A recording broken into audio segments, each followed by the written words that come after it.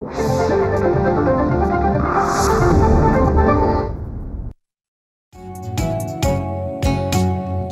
ग्राहक जागो, जागो जागो जागो, झाली नवी पहाट बघा हो. जागो ग्राहक जागो, करताना कुठलीही खरेदी नीट पारखून घ्या हो.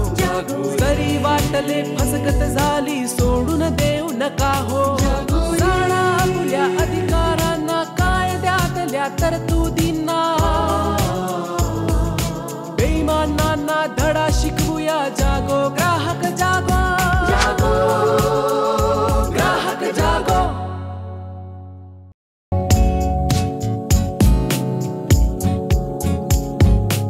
नमस्कार.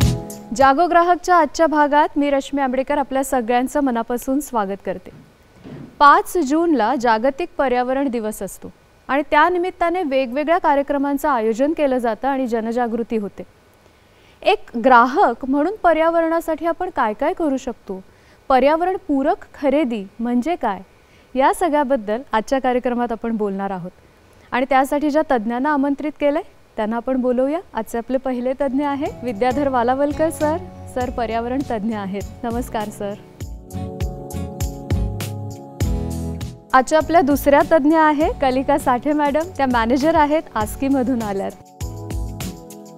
आणि आजच्या आपल्या तिसऱ्या तज्ज्ञ आहेत नेहा जोशी. नमस्कार. मुंबई ग्राहक पंचायतीच्या प्रतिनिधी म्हणून आजच्या कार्यक्रमात त्या सहभागी झाल्यात. तुम्हा तिघांचंही पुन्हा एकदा मनापासून स्वागत करते. आणि आज खूप महत्त्वाच्या विषयावर आपण बोलतोय की खरेदी करत असताना ग्राहक म्हणून आपण जेव्हा जातो तेव्हा आपल्यासाठी किती पर्याय आहेत किंवा तक्रार करायची वेळ आली तर कशी करायची, अशा वेगवेगळ्या विषयांवर आपण बोललोय. पण जेव्हा पर्यावरणाचा विचार करतो तेव्हा ग्राहक म्हणून आपण काय काय करतो किंवा आपला हातभार आपण कसा लावू शकतो, या विषयावर आज मेनली आपण चर्चा करणार आहोत. मला सुरुवातच अशी करायची की पर्यावरण पूरक खरेदी म्हणून ग्राहकांनी कोणत्या कोणत्या गोष्टी लक्षात घेतल्या पाहिजेत. सर काय सांगाल तुम्ही? पर्यावरण पूरक खरेदी म्हणजे सर्वसाधारणपणे जी गोष्ट, ज्या गोष्टीवरती काही मार्क दिलेले असतात की बाबा ही गोष्ट पर्यावरण पूरक आहे किंवा या गोष्टीचं बायोडिग्रेडेशन अशा अशा वेळेला होतं किंवा याच्यावरती ही लेस काय म्हणतात ते त्रास देणारे पदार्थ किंवा लेस टॉक्सिक आहे किंवा याचे आजूबाजूच्या गोष्टींवरती होणारे दुष्परिणाम कमी आहेत, अशा स्वरूपाचं काही त्याच्याबद्दलचं म्हटलेलं असतं.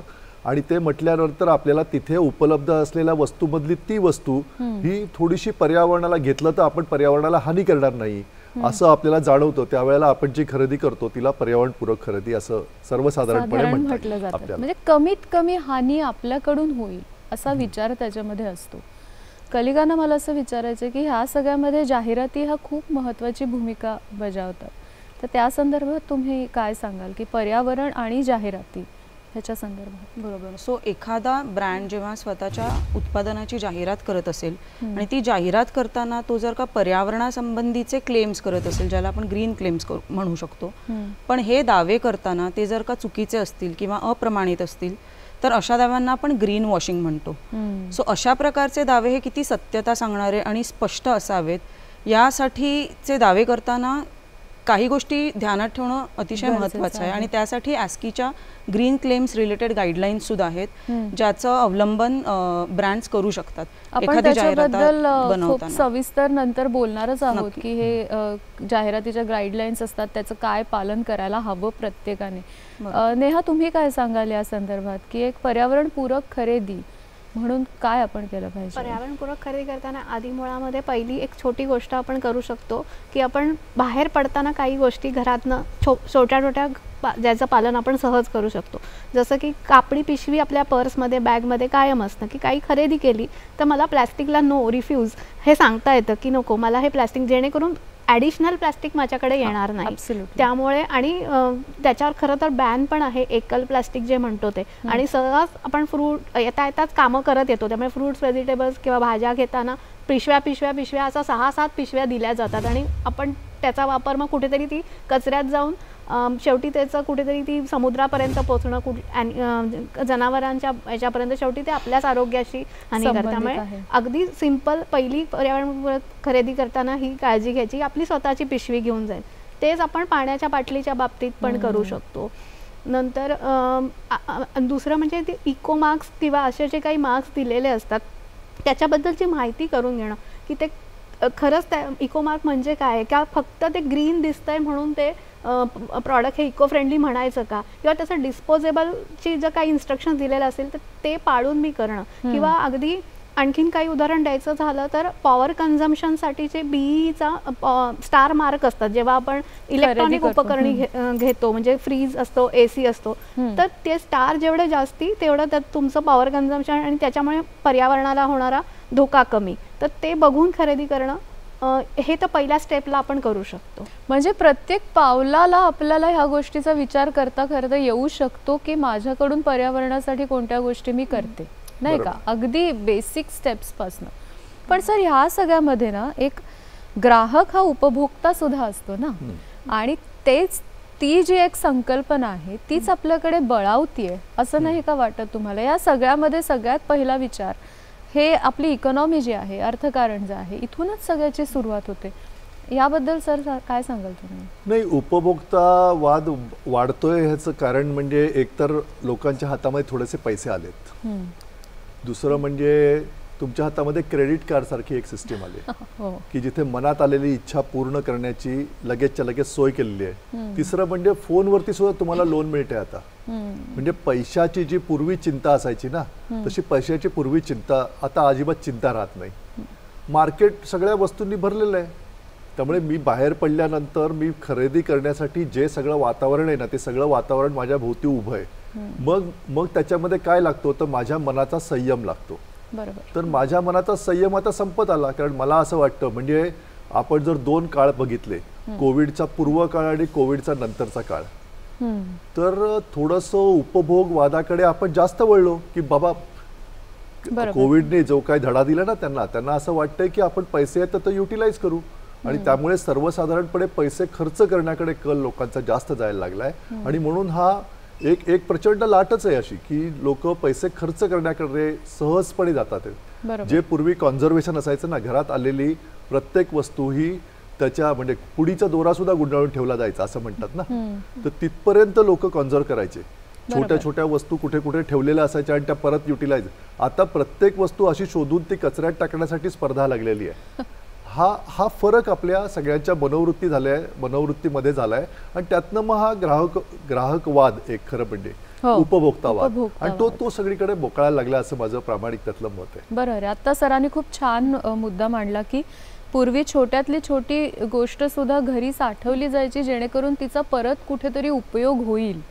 हे जे रियूज करण्याचं जे आपल्या पूर्वापार चालत आलेली गोष्ट आहे घराघरामध्ये, ती कुठेतरी आता कमी होतीये असं वाटतं तुम्हाला नेहा? काय सांगाल? नक्कीच होतीये. कारण आपण पूर्वी बघायला गेलो तर कुठलीही गोष्ट फेकून देण्याकडे कल नव्हता. आता ते झालंय असं की मेक आणि यूज अँड थ्रो असं आपण म्हणजे घेतो, ती वस्तूच अशी घेतो की आणि मग ती फेकून द्यायची, वापरायची आणि फेकून द्यायची. ह्याचा मुख्य आपण त्याच्या क्वालिटीकडे बघत नाही. स्वस्त आहे म्हणून मी ती घेणार आणि 2 पैसे वाचतात असं त्यावेळेला मला वाटतं, पण ती 3-4 महिन्यानंतरच ती खराब झालेली असते. पण मग ती आपण परत उदाहरण आपण घ्यायचं तर चप्पलेचं उदाहरण घेतलं तर पूर्वी आपण चप्पल दुरुस्त करून वापरत होतो.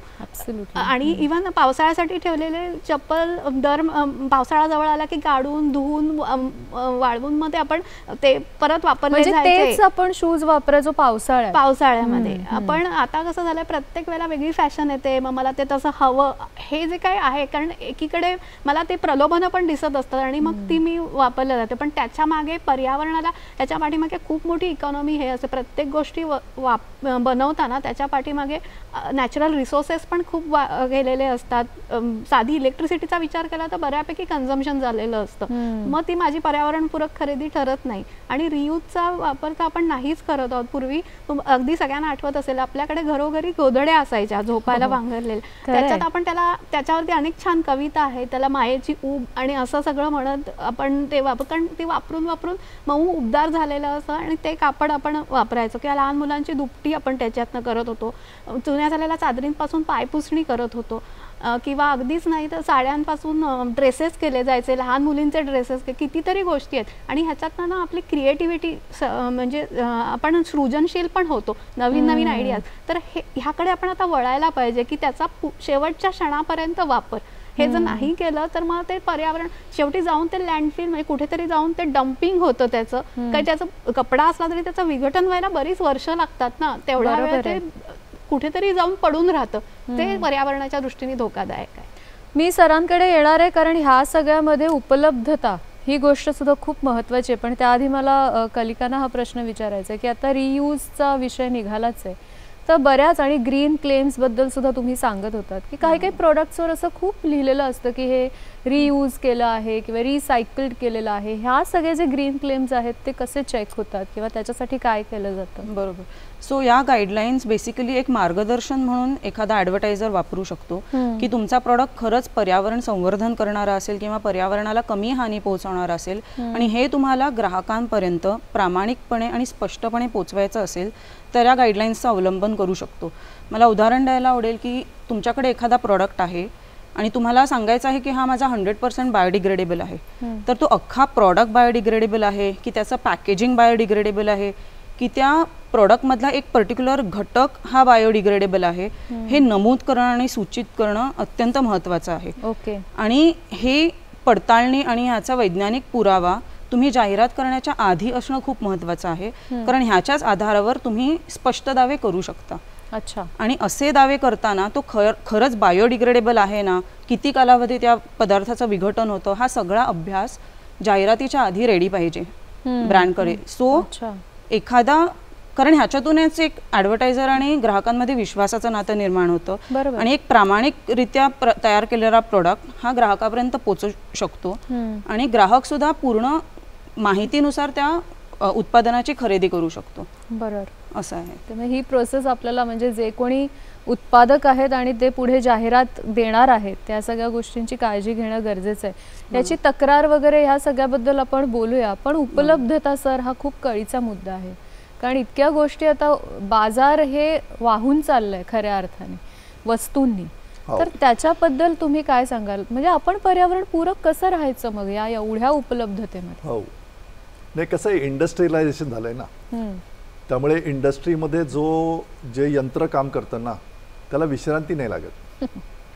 त्याला फक्त इलेक्ट्रिसिटीची भूक आहे, त्याला जेवण खाण मनोरंजन अशा काही गोष्टी लागत नाहीत. त्यामुळे ते सातत्याने काम करतं आणि त्याला पाहिजे ते प्रॉडक्ट बाहेर काढतं. ते प्रॉडक्ट काढताना सुद्धा बऱ्याचशा मोठ्या ब्रँडची पॉलिसी अशी असते की ते प्रॉडक्ट अधिकाधिक विकलं जायला पाहिजे, म्हणून मग त्या प्रॉडक्टची जी ड्युरेबिलिटी असते ना ती त्यांनी कमी केलेली असते. म्हणजे चप्पल लवकर खराब होते, शर्ट 3 महिन्यांनी तुम्हाला तो कुठेतरी उसवतो आणि तो टाकावा असा वाटतो, किंवा त्याची इस्त्री नीट होत नाही, किंवा त्याला चुऱ्या पडतात, किंवा त्याच्यावरती रेषा उमटतात. हे जे सगळं टेक्निक आहे ना, त्यातनं तुम्हाला थोडं जरी असं काहीतरी दिसलं की तुम्ही ती गोष्ट टाकली की तुम्ही साहजिक नवीन गोष्ट परचेस करायला जाता. आता नवीन गोष्ट परचेस करावी तुम्हाला परवडावी म्हणून त्यांनी मार्केट एकदम फ्लडेड केलेली आहे. सगळ्या मार्केटमध्ये तुम्ही जर गेलात तर आता शहराच्या लोकसंख्येच्या किमान तिप्पट किंवा चौपट शर्ट पॅन्ट मार्केटमध्ये अवेलेबल आहेत. आता इतके जर ते झाले अवेलेबल तर मग तुम्हाला ते जाऊन घ्यावंसं वाटणं, तिकडे ते सगळे दावलेले असणं हारीने, आणि मग ते विकले जावेत म्हणून त्याच्यावरती विविध प्रकारच्या जिमिक करणं. म्हणजे मग एक शर्ट घेतला की 1 फुकट, किंवा एक शर्ट घेतला की 2 फुकट, 3 शर्ट घेतले तर 4 फुकट वगैरे अशा स्वरूपाच्या जाहिराती लागल्या तर साहजिक अट्रॅक्ट झालेला माणूस आतमध्ये जातो, ते सगळे गोळा करतो कपडे आणि आणून आपल्या घरामध्ये डंप करतो. प्रत्येकाच्या घरातलं जर कपाट उघडून बघितलं स्वतःचं तर आपण किती चांगले ग्राहक आहोत ते त्याला दिसेल. इतक्या वस्तू त्यांनी गोळा केलेल्या असतात, त्यातल्या जवळजवळ 70 ते 80% वस्तू या अनावश्यक असतात. आणि विशेषतः कापडाच्या बाबतीत ज्या ज्या युटेन्सिल्स आपण रेग्युलरली वापरतो त्याने मार्केट फ्लड करायचं. मार्केट फ्लड झाल्यानंतर मग कुठलाही इव्हेंट घ्यायचा, कुठलाही सण घ्यायचा, त्या निमित्ताने मोठा सेल डिक्लेअर करायचा. दसरा उलटून गेला तरी पुढे 8 दिवस सेल चालू असतो. हो, कारण त्यांना ते विकणं हा त्यांचा काळ असतो त्यातला. आणि या सगळ्या विषयामध्ये अत्यंत सिरियसली म्हणजे ग्राहकाने जागा झालं पाहिजे. याच्यामध्ये ग्राहकाने समजून घेतलं पाहिजे की वर्षभरात साठलेला माल हा एकाच वेळेला सेलमध्ये ज्या वेळेला विकायला येतो ना त्यावेळेला तो निम्म्या किमतीला विकला तरी सुद्धा तो त्यांना तो खरं म्हणजे महाग पडतोय, तरी सुद्धा ते विकत घेतात. ऑलरेडी त्याचं लाईफ कमी झालेलं आहे आणि कमी लाईफ झालेली वस्तू आपण विकत घेतोय हेही ग्राहकांना समजत नाही आहे, कारण त्याच्यावर मॅन्युफॅक्चरिंग डेट टाकलेली नसते. हे सगळं ग्राहकांचं प्रबोधन मोठ्या प्रमाणावरती करण्याची आवश्यकता आहे की सेलमध्ये आपण काय विकत घेतो ते बरोबर आहे का, फ्लड झालेल्या मार्केटमध्ये काय विकत घेतो ते बरोबर आहे का, आणि हे सगळं मॅन्युफॅक्चर कुठे होतंय आणि येतंय कुठे, म्हणजे अनेकदा आपल्याला जो शर्ट मोठ्या दुकानामध्ये एका विशिष्ट किमतीला मिळतो त्याच्या दसपट कमी किमतीला तो रस्त्यावरती पण अवेलेबल असतो, सेम प्रकारचा शर्ट असतो. विशेषतः काचेची आणि या सगळ्या भांड्यांमध्ये जर तुम्ही असं बघितलं तर तुम्हाला हे नक्की आढळेल. मोठ्या दुकानात जा आणि छोट्या रस्त्यावरच्या माणसाकडे जा, तुम्हाला दोन्ही भांडी अत्यंत सेम दिसतात. आणि ती भांडी जवळजवळ मॅन्युफॅक्चर करणारी कंपनी सुद्धा एकच असते, फक्त त्याच्यावरती ब्रँडिंग केलेलं असतं. आता हे सगळं कन्फ्युजिंग आहे आणि त्यामुळे ग्राहक कोणाकडे जाणार असा प्रकारचा प्रश्न येतो त्याच्यामध्ये. त्यामुळे ह्याच्यामध्ये त्याची नीट क्वालिटी ओळखून त्याप्रमाणे खरेदी करायची शक्ती ही ग्राहकाला मिळाली पाहिजे असं मला वाटतं. बरोबर आहे. नेहा, या सगळ्यामध्ये आपण आपल्या गरजा ओळखत नाही आणि त्या गरजांच्या पलीकडे आपण गेलोय असं तुम्हाला वाटतं? नक्कीच वाटतं, कारण काय आता मी म्हटलं असं आणि सरांनी सांगितलं तसं मार्केट इतक्या वस्तूंनी भरलेलं असतं की मला ते प्रलोभन. आणि काय आहे ना, ह्याच्या मागची सायकॉलॉजी, मानसिकता जी आहे ना ग्राहकांची, ती आपली पण असते. कोणी आपल्याला एखादं छोटंसं फूल जरी दिलं, चॉकलेट जरी दिलं तरी त्याने आपल्याला आनंद होतो. तोच आनंद आपल्याला खरेदी करताना मिळतो, की त्यामुळे त्या सायकॉलॉजीकडनं येणारी ती खरेदी वाढत जाते. आणि मग ते हळूहळू ग्रुपनी चला एकत्र जाऊन खरेदी करू किंवा अशा अँगलनी आपण त्याच्याकडे बघतो. आणि त्यामुळे गरज हा विचार बाजूला पडतो आणि माझ्या इच्छा किंवा माझ्या आकांक्षा ह्यांच्याकडे मी जास्त, ज्याला ग्रीड आपण म्हणतो, त्याच्याकडे मी जास्त बघत जाते. की हा विचार नाही करत की आत्ता 4 जोडी कपडे मला पुरणार आहेत, तर मी ते 6 घेऊन ठेवावे का आणि त्याचा खरंच वापर होणार आहे का. मग एखादा सिल्कच्या 2 साड्या जर घेऊन ठेवल्या तर त्या उभ्या घडीत विरू शकतात ना, मग त्याचा काहीच उपयोग राहत नाही किंवा मी ते नंतर फेकून देणार. हेच आपण म्हणजे हे कपड्यांचं उदाहरण, हेच आपण अन्नाच्या बाबतीत पण करतो. आपण भरमसाठ भाज्या काय आणून ठेवतो फ्रीजमध्ये आणि ह्याच्यामध्ये. खरंच माझ्या फॅमिलीला किती रोजची भाजी किती लागते हे खरं तर घरी काम म्हणजे जे कोणी कुकिंग करत, आम्ही असं म्हणणार नाही की पुरुषही करतात कुकिंग, पण हे माहिती असतं की किती क्वांटिटी लागणार आहे. मग ती आणून बुरशी येऊन फेकून देण्यापेक्षा जेवढी लागते तेवढी आणणं, ही गरज मी माझी लक्षात घेत नाही. आत्ता मला ते चांगली दिसली, मला हवी आहे, हे हवी आहे, ही मानसिकता आपली बदलली पाहिजे. ग्रीडी आपण हळूहळू होत चाललेलो आहोत. आणि त्या अनेक बाबतीत होतोय, म्हणजे एका बाबतीत होतोय की असं नाहीये. ते काय झालंय, आपली क्रयशक्ती जशी वाढतीये ना त्याच्याप्रमाणे आपण आपल्या गरजा ह्या इच्छा आकांक्षामध्ये वाढवत देतोय आणि हे इनडेफिनाइट आहे, हे कुठेतरी थांबलं पाहिजे. ॲब्सोल्युटली. कलिका, ह्या सगळ्यामध्ये ना जाहिराती खूप महत्त्वाचा रोल प्ले करत असतात. की कुठल्याही ग्राहकाला एखादी वस्तू घेण्यासाठी उद्युक्त करण्याचं खूप मोठं काम या जाहिराती करतात. आणि त्या काही आता फक्त टेलिव्हिजन पुरत्या मर्यादित राहिल्या नाही आहेत, त्या तुमच्या मोबाईलमध्ये आल्यात स्ट्रेट अवे. मग अशी जर एखादी भुलवणारी जाहिरात बघितली आणि वाटलं मला एक ग्राहक म्हणून की नाही हे जे सांगतायत याच्यात हे तितकंसं खरं नाही आहे किंवा मला शंका आली आहे त्याच्यावर, तर मग आस्की ह्या संदर्भात काय करते किंवा आस्की स्वतःहून काही त्याच्याबद्दल पावलं घेते का? बरोबर. सो ॲस्कीमध्ये आमची स्वतःची पण यंत्रणा आहे की जिथे आमचं कॉन्स्टंटली मॉनिटरिंग सुरू असतं की कुठची जाहिरात करताना कुठचे दावे आहेत आणि हे दावे योग्य केले आहेत का, याला सायंटिफिक सबस्टॅन्शिएशन आहे का त्या ब्रँडकडे, हे कॉन्स्टंटली सुरू असतं.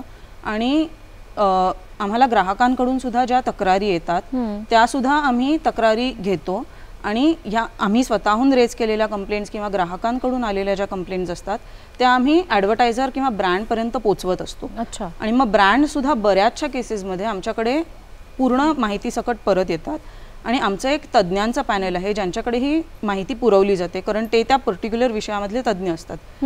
ते पूर्ण माहिती ती पडताळतात आणि त्याप्रमाणे ते ठरवतात की हा दावा करणं योग्य आहे का, या दाव्याची पूर्ण माहिती तुमच्याकडे आहे का, वैज्ञानिक पुरावे आहेत का. ह्या प्रकारे जेव्हा आमच्याकडे एखादा एक्सपर्ट माहिती पुरवतो त्याप्रमाणे आम्ही शिफारस ही त्या ब्रँडला किंवा ॲडव्हर्टायझरला करत असतो की हा दावा तुम्ही काढला पाहिजेत कारण हा अयोग्य आहे किंवा हा दावा तुम्ही थोडा चेंज केला पाहिजेत कारण एवढीच इन्फॉर्मेशन तुमच्याकडे आहे.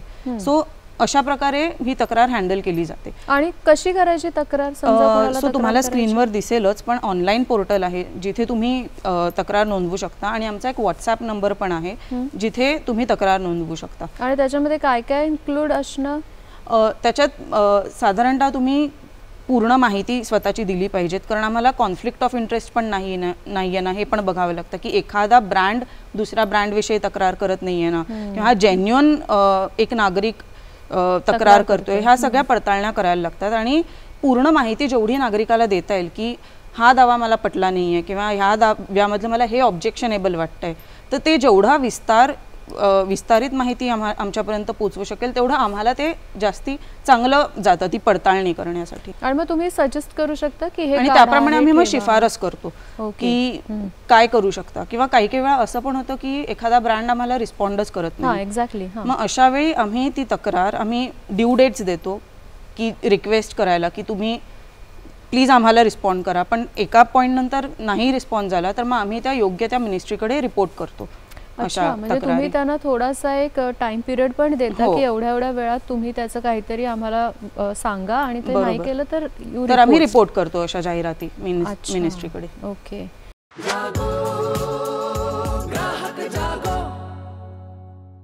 या सगळ्यामध्ये ना बऱ्याचदा असं होतं की आपल्याला असं वाटतं की आपण पर्यावरणपूरक खरेदी करतोय, म्हणजे मी कॉटनच खरेदी करते किंवा मी ज्या पर्यावरणपूरक गोष्टी आहेत त्याच खरेदी करते, पण त्याची संख्या किती असावी हे आपल्याला मग नंतर त्याचा कंट्रोल कधी कधी राहत नाही.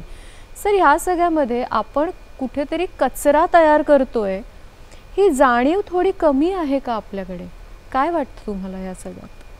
नाही, एकूण कचऱ्याची निर्मिती कशी होते असं जर आपण उलट गेलो तर ज्या गोष्टी आपल्याला नको आहेत त्याची आपण, तर अशाची निर्मिती आपल्या घरात होण्याची शक्यता एकदम कमी आहे. म्हणजे आपण माणूस म्हणून जे काय कचरा निर्माण करतो तो म्हणजे आपल्या बॉडीली त्याचे व्यवस्थापन आपण केलेलं असतं, नैसर्गिक कचरा जो आपल्याकडून व्यवस्थापन केलेलं असतं. पण बाकी कचरा कुठला असतो, तर जी गोष्ट बाहेरनं आपल्याकडे येते ती युटिलाइज केल्यानंतर आपण परत बाहेर टाकतो. बरोबर, हे प्रिन्सिपल आहे त्याचं. त्यामुळे खरं म्हणजे प्रत्येक वस्तूवरती खरं तर असं लिहायला पाहिजे की या वस्तूचं डेस्टिनेशन काय आहे, म्हणजे हे वस्तू नंतर तुमच्या उपयोगानंतर कुठे जाणार. तर ते तसं जर लिहिलेलं नसलं आता तर ती गोष्ट चुकीच्या ठिकाणी जाते. म्हणजे इलेक्ट्रॉनिक वेस्ट आहे ना, ती चुकीच्या माणसाच्या हातात गेली तर तो माणूस त्यातले मेटल काढण्यासाठी त्याला आग लावतो आणि मग त्यातले मेटल गाळून काढतो. या सगळ्यामुळे होणारं प्रदूषण एवढं असतं की मुंबईच्या वरती जो प्रदूषणाचा ढग आहे त्यातली 1/4 ते या ई वेस्ट जाळल्यामुळे होणारं प्रदूषण आहे. इतकं त्याचं प्रमाण आहे. आणि त्यामुळे असं लक्षात न आलेल्या अनेक गोष्टी आहेत ना, त्याच्यामध्ये आपण नीट पद्धतीने विचार केला पाहिजे की येणारी प्रत्येक गोष्ट ही येणार कशी, घरामध्ये वापरली कशी जाणार, किती जाणार, आणि वापरल्यानंतर त्याचं अल्टिमेट डेस्टिनेशन काय आहे. म्हणजे प्लास्टिकचं डेस्टिनेशन काय आहे, तर आता सगळ्यांना माहिती आहे आपल्याला की प्लास्टिकवाल्याकडे दिलं पाहिजे किंवा आता जी सरकारने यंत्रणा लावली आहे त्याच्यामध्ये ते टाकलं पाहिजे. किती लोक टाकतात असा प्रश्न जर आला तर आपण म्हणजे ह्याच्यामध्ये शेवटी स्वतःला विचारायला पाहिजे आपण की आपण आपल्या घरातल्या प्लास्टिकचं योग्य व्यवस्थापन करतो का. प्लास्टिक वाईट आहे का प्लास्टिकचा अशा प्रकारचा गैरवापर वाईट आहे, कधीतरी विचार करायला पाहिजे. म्हणजे मी हॉस्पिटल वेस्ट मॅनेजमेंट करायचं. अच्छा. हॉस्पिटल वेस्टमध्ये जवळजवळ 80% प्लास्टिक असतं. 80%. तर ते सिरिंजेस हे बरोबर मोठ्या IV बॉटल वगैरे ते व्हॉल्यूम वाईज का मी वेट वाईज म्हणत नाही, वेट कमी असतं त्याचं. जेव्हा मी असा विचार केला की हे कशाला पाहिजे, एवढं प्लास्टिक रिप्लेस करा. कशाने रिप्लेस करायचं, ग्लासने रिप्लेस केल्यावरती त्या वेट त्याचं वजन जे आहे ना ते चौपट वाढते. करेक्ट. दुसरं त्याची किंमत म्हणजे एक सिरिंज आपण इंजेक्शन द्यायची ती प्लास्टिकची असली तर तिची किंमत आहे 7 रुपये आणि ती जर काचेची असली तर तिची किंमत आहे 700 रुपये.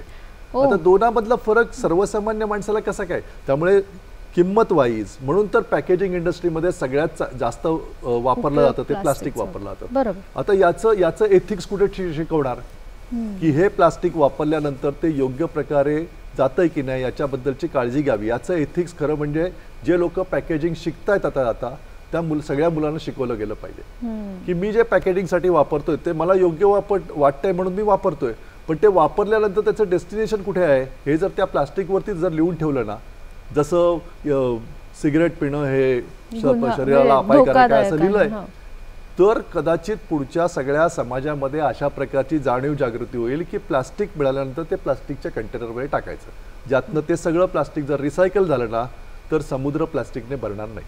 किंवा सर अन्नाच्या बाबतीत सुद्धा ना आपण किती मोठं म्हणजे अन्न हे सुद्धा आपण ग्राहक म्हणून खरेदी करतो, मुळात हे आधी कुठेतरी आपण रजिस्टर करायला हवं, तर त्याचा अतिरिक्त खरेदीवर आपलं नियंत्रण येईल आणि तर कचरा आपण कमी करू. काय सांगाल? त्या सीझन मध्ये आपण ते खरेदी करतो ना, एक्सेस आपल्याला जास्त कमी पैशाला जास्त गोष्टी मिळतात. म्हणजे आपल्याला पाहिजे असतात खरं म्हणजे 4च केळी, आपण मार्केटमध्ये जातो, तो म्हणतो 12 घ्या चला, किती तो एक 5-10 पैसे त्यातले कमी करतो, आपल्याला अट्रॅक्शन वाटतं, चांगली केळी बघून घेऊन येतो. घरात 4च केळी संपतात कारण घरातले खाणारे 2च माणसं. मग उरलेल्या केळ्यांचं काय होतं तर त्याचं थोड्या दिवसांनी कचऱ्यात रूपांतर होतं. असं तुम्ही बघा, घरामध्ये ज्या नाशवंत वस्तू आणतो ना, त्या सगळ्या नाशवंत वस्तूंना अशा प्रकारचं पाय फुटतात. आणि हे जे टाकलं जातं ना, एका बाजूला तर अशा प्रकारचे लोक आहेत की ज्यांना दिवसाचं सगळं पूर्ण खायला मिळत नाही, आणि दुसऱ्या बाजूला आपण अशा प्रकारचं अन्न घेतो इतके कॉस्टली आणि ते सगळं कचऱ्याच्या डब्यात टाकतो. हे हा जो सगळा त्यातला म्हणजे काय म्हणतात तो व्यवहार आहे ना, या व्यवहारावरती नक्की प्रत्येक ग्राहकाने जागृत राहिलं पाहिजे. आपल्याला जेवढं पाहिजे तेवढंच जर आपण फूड आणलं ना, तर तेवढंच फूड आपण युटिलाइज करू. अदरवाईज बघा, याच्या पुढच्या कचऱ्याच्या समस्या आहेत ना, त्या सगळ्या अन्न त्याच्यामध्ये असल्यामुळे सुरू होत आहेत. म्हणजे रस्त्यावरती होणारा कुत्र्यांचा उद्रेक हा केवळ आपल्या कचऱ्यामध्ये जे अधिक अन्न टाकलं जातं त्याच्यात निर्माण झालेला प्रश्न आहे. कुत्र्यांना खायला मिळतं म्हणून त्यांची संख्या वाढते, ते रस्त्यावर येतात म्हणून ते रात्री त्रास देत आहेत. तो टाकलेला रस्ता, जिथे जिथे हॉटेल आहे त्या हॉटेलच्या जवळचं जेवढी काही कचरा कुंडी आहेत ना, त्या पूर्वी सगळ्यात जास्त वास द्यायच्या बघा, कारण हॉटेलमधलं सगळं अन्न त्याच्यामध्ये टाकलं जायचं. आता हे म्हणजे वास येणारा प्रत्येक कचरा हा अशा प्रकारच्या अन्नाचा कचरा असतो. हे जर समजून घेतलं तर कळेल की अशा प्रकारचं अन्न एक्सेस घेऊन किंवा ते एक्सेस प्रमाणात शिजवून किंवा कचऱ्यामध्ये टाकणं हे सगळं गैर आहे. त्याच्यावरचं कंपोस्टिंग वगैरे करणारे फार थोडे कमी लोक आहेत पण, आणि बरेचसे प्रयत्न सुद्धा करतायत, पण त्यांचं प्रमाण अजून खूप कमी वाढायला पाहिजे. सो मुळात आपण ही गोष्ट लक्षात घेतली पाहिजे की आपण जेव्हा कोणतीही खरेदी करतो तेव्हा थोड्या ना थोड्या स्वरूपात आपण कचरा निर्माण सुद्धा करत असतो, नाही का? त्यामुळे ते व्यवस्थापन सुद्धा आपल्या सुद्धा डोक्यात असलं पाहिजे. तुम्ही जसं म्हणालात की त्या प्रॉडक्टवर लिहिणं गरजेचं आहे, तसं आपण सुद्धा त्याचं नंतर काय करणार आहोत हे ठरवलं पाहिजे आपण. या सगळ्यामध्ये नेहा, मुंबई ग्राहक पंचायत तिचं एकंदरीत पॅकेजिंग किंवा सगळी एकत्र खरेदी करणं, यामध्ये रिसोर्सेसवर येणारा जो ताण आहे तो खूप मोठ्या प्रमाणात कमी होतोय. या सगळ्याबद्दल तुम्ही काय सांगाल? एक तर मुळात मला आता अभिमानाने सांगायला आवडेल की पहिलं प्रिन्सिपल आहे उपभोगावर संयम. त्यामुळे आपली जी महिनाभराची यादी असते ती त्या हवामानाप्रमाणे आणि त्या सणाप्रमाणे बनवलेली असते. उदाहरणार्थ बाजरी आपण उन्हाळ्यात देत नाही, कारण ती उष्ण आणि त्यामुळे ती थंडीत खाण्याची गोष्ट आहे. त्यामुळे आपसुकच आपल्या जे आपले सभासद आहेत त्यांच्याकडनं ती घेऊन ठेवली आहे आणि साठवून वापरली असं नाही. ह्याच्याबद्दल आपण आपल्या मासिकातनं किंवा त्या लिस्टमधनं आपण माहिती देत असतो. हा एक भाग. किंवा सण म्हटला तर तिळगुळ, म्हणजे जेव्हा संक्रांत येते त्याच वेळेला तीळ आणि गुळात, म्हणजे गुळ आपला एरवी पण स्वयंपाकात लागतो म्हणून दिला जातो, पण त्या प्रकारे त्यावेळेला लागणारा चिक्कीचा गूळ हा फक्त त्याच वेळेला अवेलेबल असतो. एक तर हे आपण डिस्ट्रीब्युशन करतो की सगळ्या वस्तू वर्षभरात मिळतील, पण त्या ज्या हवामानाला ऋतुमानाप्रमाणे आपला आहार असावा असं म्हणतात आणि त्याप्रमाणेच आपल्याकडे खरं त्याप्रमाणेच पिकं घेतली जातात. बरोबर. ते पण, आणि त्याच्यामुळे पण पर्यावरणाला थोडंफार आपण हातभार लावतो. बरोबर. दुसरं म्हणजे आपण कापडी पिशव्यांमधनं धान्य देतो आणि ती पिशवी जवळजवळ 18 वेळेला सायकलमधनं जाते आणि धुवून सभासदांनी परत द्यावी असं आपण सांगतो. त्यामुळे कसं होतं, तेवढा प्लॅस्टिकचा वापर कमी होतो आपसुकच.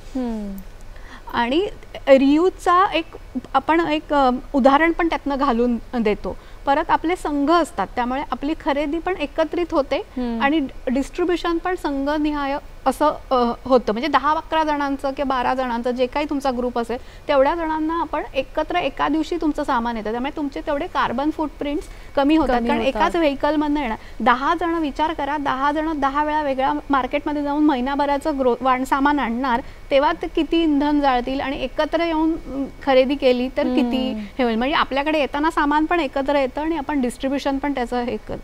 तर ही काही उदाहरणं आपण घालून दिलेली आहेत की ज्याच्यामुळे आपण बऱ्यापैकी पर्यावरणाची हानी होण्यापासून वाचवतो.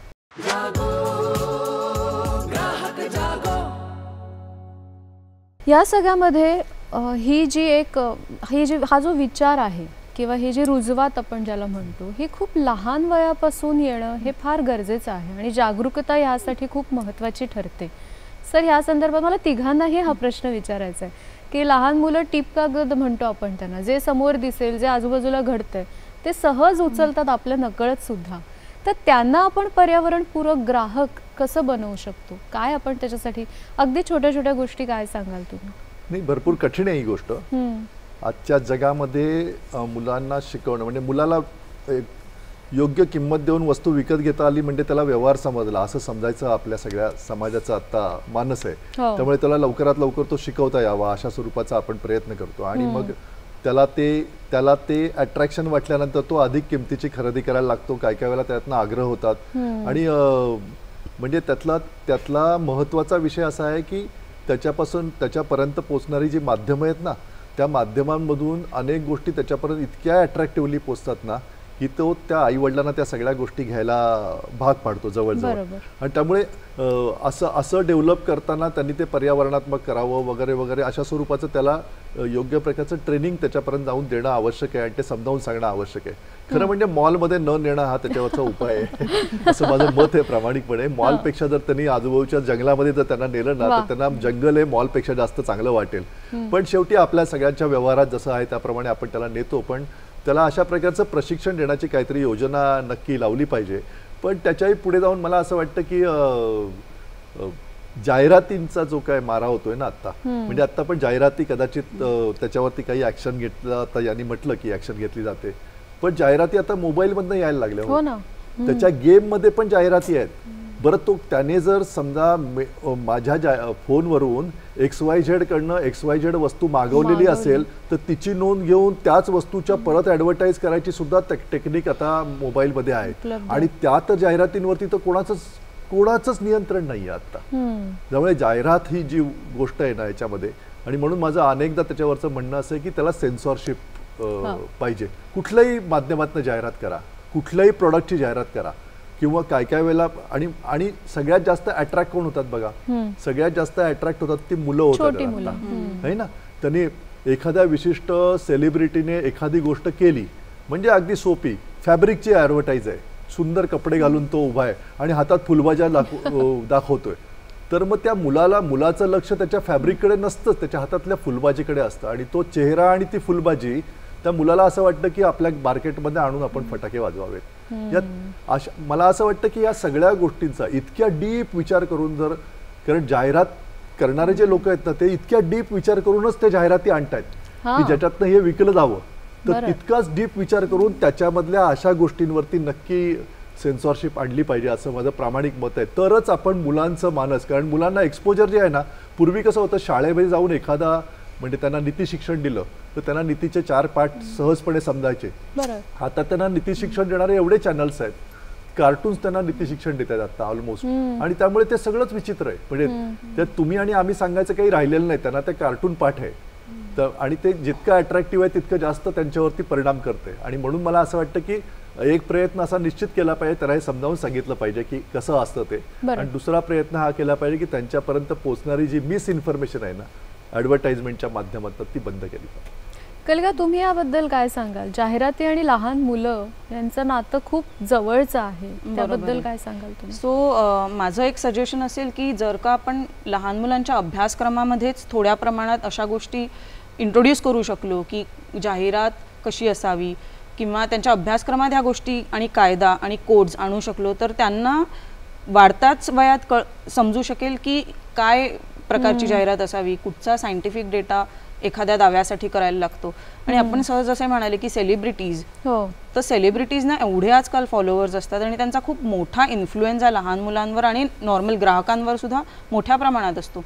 सो या सेलिब्रिटीजनी प्रोडक्ट्स एंडॉर्स करताना आणि कुठचेही दावे करताना ड्यू डिलिजन्स करणं खूप महत्त्वाचं आहे की ह्यांच्याकडे वैज्ञानिक पुरावा आहे का, कारण त्यांचं मत हे खूप महत्त्वाचं असणार आहे. आणि त्यांची एक नैतिक रिस्पॉन्सिबिलिटी किंवा जबाबदारी आहे आपण म्हणू शकतो अशा प्रकारच्या जाहिराती करताना. सो ह्या सगळ्या गोष्टी महत्त्वाच्या आहेत असं मला वाटतं. पण मग कोणी सेलिब्रिटी जर असं चुकीची म्हणजे ती जर ते प्रॉडक्ट त्यांनी सांगितलंय त्या पद्धतीने पर्यावरण पूरक वगैरे नसेल आणि सेलिब्रिटी जर ती ऍड करत असेल तर त्या बाबतीत काय केलं जातं? सो मी म्हणाले तसं की आम्ही स्वतःहून पण आमची यंत्रणा आहे अशा मॉनिटरिंगची, आणि जेव्हा ग्राहकांकडून सुद्धा आमच्याकडे अशा तक्रारी येतात तर ब्रँडच्या बरोबरच आम्ही सेलिब्रिटीजना पण तक्रार पाठवतो आणि त्यांच्याकडून पण ड्यू डिलिजन्स मागतो, आणि तो जर का नसेल तर त्याप्रमाणे मग आम्ही शिफारस करतो. ओके. सो सेलिब्रिटीजना सुद्धा याचं उत्तर द्यावं लागतं जर ग्राहकांनी तक्रार केली तर. नेहा, तुम्ही काय सांगाल? मुंबई ग्राहक पंचायतीतर्फे या छोट्या ग्राहकांसाठी काही जागरूकतेचे कार्यक्रम आहेत? आपण बऱ्याचशा शाळांमध्ये कन्झ्युमर क्लब चालवतो, जिकडे अनेक विषय आपण ग्राहकांशी रिलेटेड जे असतात ते त्याच्या मागची आपली विचारधारणा अशी आहे की कॅच देम यंग. त्यामुळे यंग असतानाच त्यांना, कारण उद्याचे जाऊन उत्पादक पण हे असू शकतात आणि त्याचबरोबरीने ग्राहक पण असू शकतात, त्यामुळे त्यांनी कुठल्या उचित प्रथांचं अवलंबन केलं पाहिजे हे आपण त्यांना शिकवतो. त्याच्यामध्ये आपण ॲडव्हर्टाइजमेंट हा बऱ्यापैकी मोठा विषय घेतो आणि त्याच्यात त्यांना काही ॲक्च्युअल ॲड्स दाखवून वेगवेगळ्या पद्धतीने किंवा पथनाट्य असतील किंवा स्किट्स असतील ह्या फॉर्ममधनं आपण मुलांना शिकवण्याचा प्रयत्न करतो, किंवा आपण वेगवेगळ्या स्पर्धा घेतो तेव्हा त्यात काही ॲड्स दाखवून गुड ॲड बॅड ॲड हे आपण मुलांना ओळखायला सांगतो, किंवा एखादं छोटासा प्रॉडक्ट देऊन तुम्हाला कशी याची ॲड अपेक्षित आहे अशा प्रकारे आपण तो विषय खुलवतो, जेणेकरून मुलांना त्यांच्या ह्याच्याप्रमाणे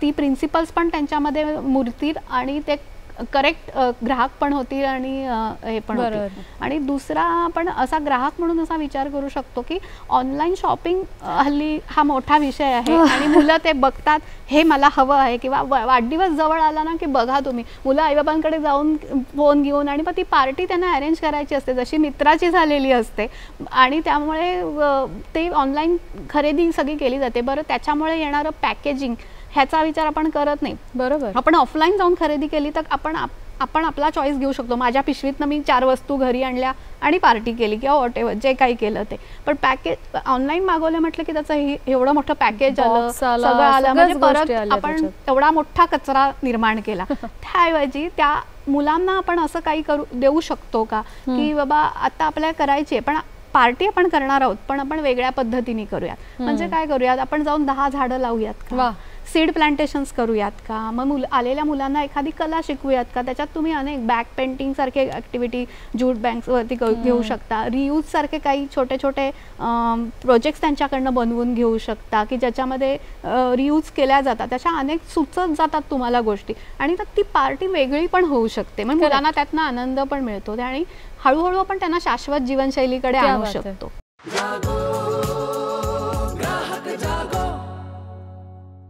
शाश्वत जीवनशैली हा खूप छान विषय आता तुम्ही नेहा मॅडम काढलात या निमित्ताने.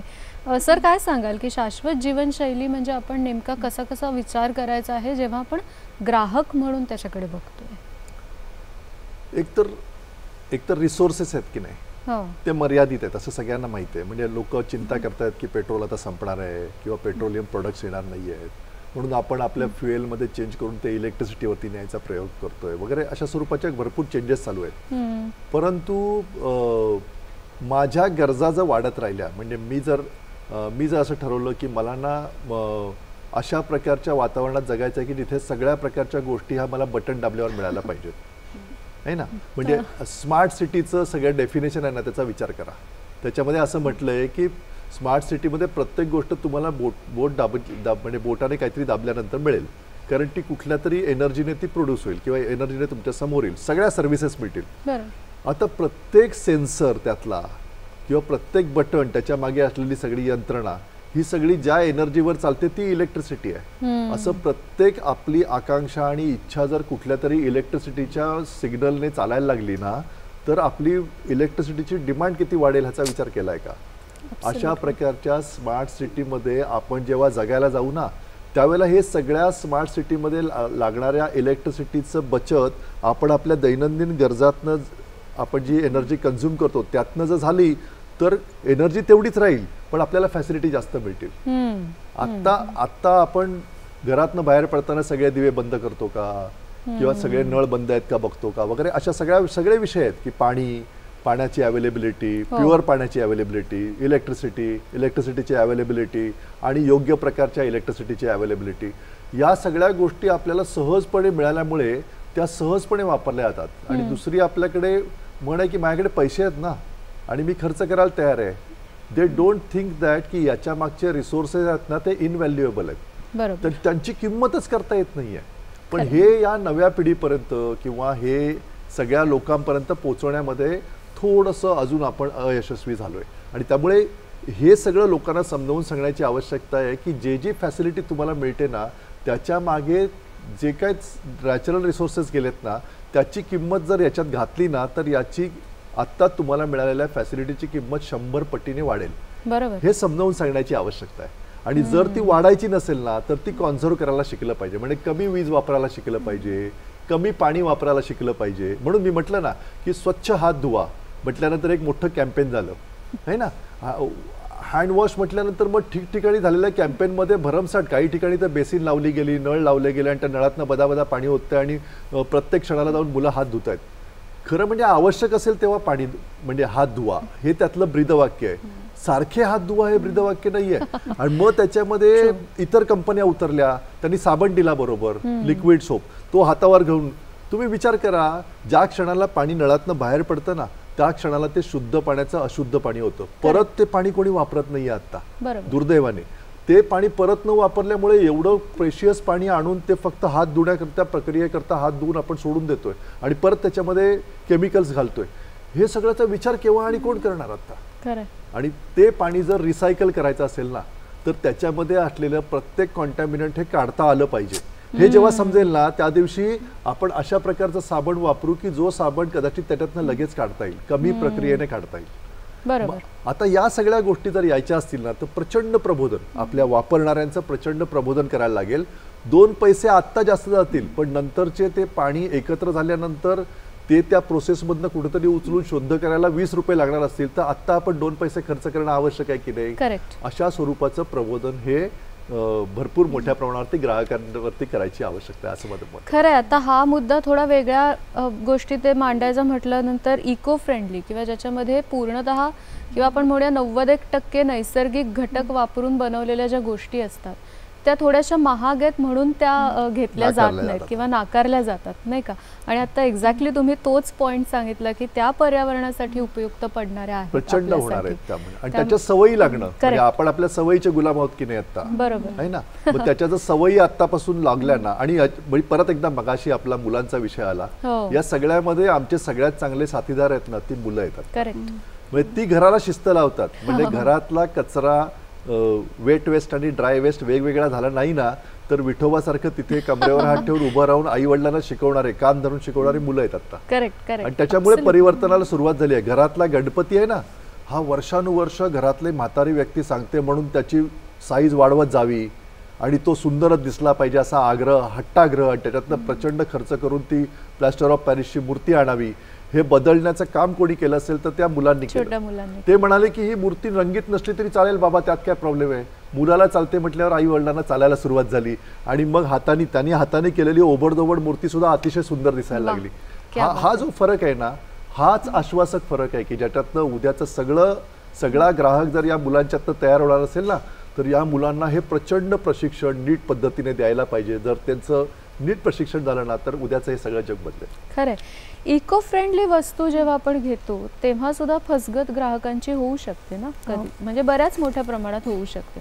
मग अशा वेळेला सुद्धा मुंबई ग्राहक पंचायतीकडे आपण सेम पद्धतीने तक्रार करून मग ती आस्की वगैरे ह्याला इन्व्हॉल्व आपल्याकडे आल्या किंवा आपल्याला पण अशा आढळल्या की हे काय होतं इको फ्रेंडली म्हणजे आपल्याला असं वाटतं की पूर्ण एंड टू एंड प्रोसेस ही इको फ्रेंडली आहे, पण काही वेळेला ती पॅकेजिंग फक्त इको फ्रेंडली असू शकतं किंवा त्यातला काही भाग हा इको फ्रेंडली पद्धतीने बनवलेला असू शकतो.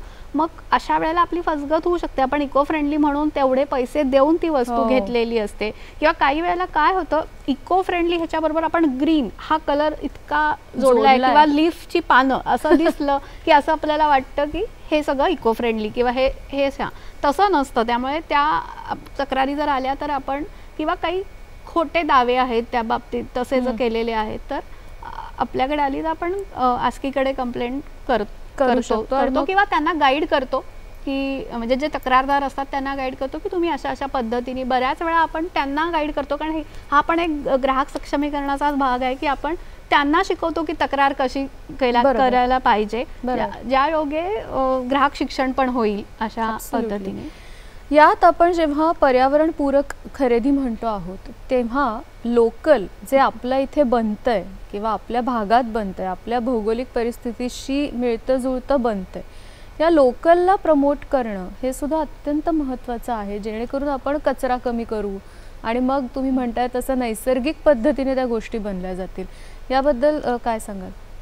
नाही, लोकल तर महत्त्वाचं आहेच ना. सी बघा, ज्या वस्तूला म्हणजे समजा मी सफरचंद जास्त खातोय आणि माझ्याकडे असणारे पेरू खात नाहीये, हा, तर सफरचंद प्रवास करून आले, म्हणजे हवेतनं प्रवास करून आले, विमानातनं, तेव्हा त्याच्यावरती त्याचं पण पोल्युशन त्याच्या मागे लागलंय की, भले ते मला माझ्या आरोग्याला अपाय न करणारं किंवा आरोग्य वर्धन करणारं फळ आहे, पण मग मी लोकल फळ पण तेवढ्याच चांगल्या पद्धतीने खायला पाहिजे ना, ते पण त्याचे पण इफेक्ट तेवढेच चांगले आहेत ना.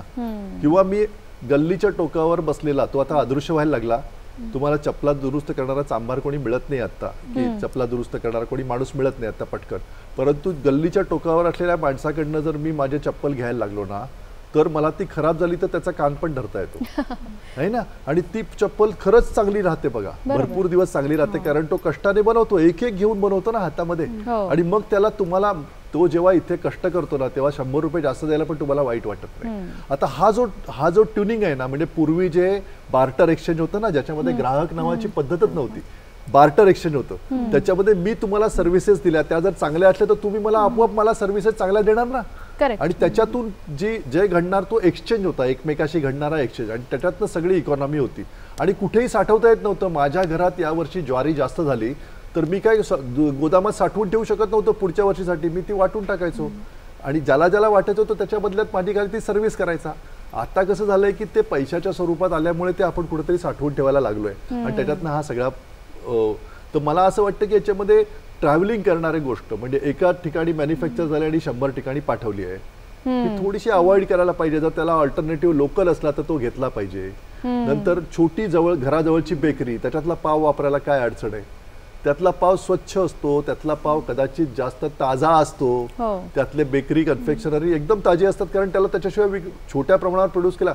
जो छोट्या प्रमाणावरती करतो त्याची क्वालिटी तो बऱ्यापैकी मेंटेन करायचा प्रयत्न करतो, आणि तो त्याच्यामध्ये अपायकारक घटक टाकत नाही. करेक्ट. जेव्हा ती लार्ज स्केल होतात ना त्यावेळेला तुम्हाला दिसतच नाही त्याच्यामध्ये काय आहे ते. आता या सगळ्या गोष्टी ग्राहकांना नीट पद्धतीने समजावून सांगितल्या पाहिजेत. आणि अनेक म्हणजे खरं म्हणजे गांधीजींची जी संकल्पना होती ना की स्वयंपूर्ण गाव, त्या गावामध्ये अशीच संकल्पना होती की सगळ्यांनी एकमेकाच्या गरजा पूर्ण करायच्या, आणि ज्या अगदीच तिथे पूर्ण होऊ शकत नाही, बाबा मीठ होतच नाही तर तेवढं बाहेरनं आणले, तेल समजा होतच नाही तर ते अदरवाईज ज्या गोष्टी त्या गावात उत्पन्न होतात त्या गावातल्या गावात पूर्ण करायच्या.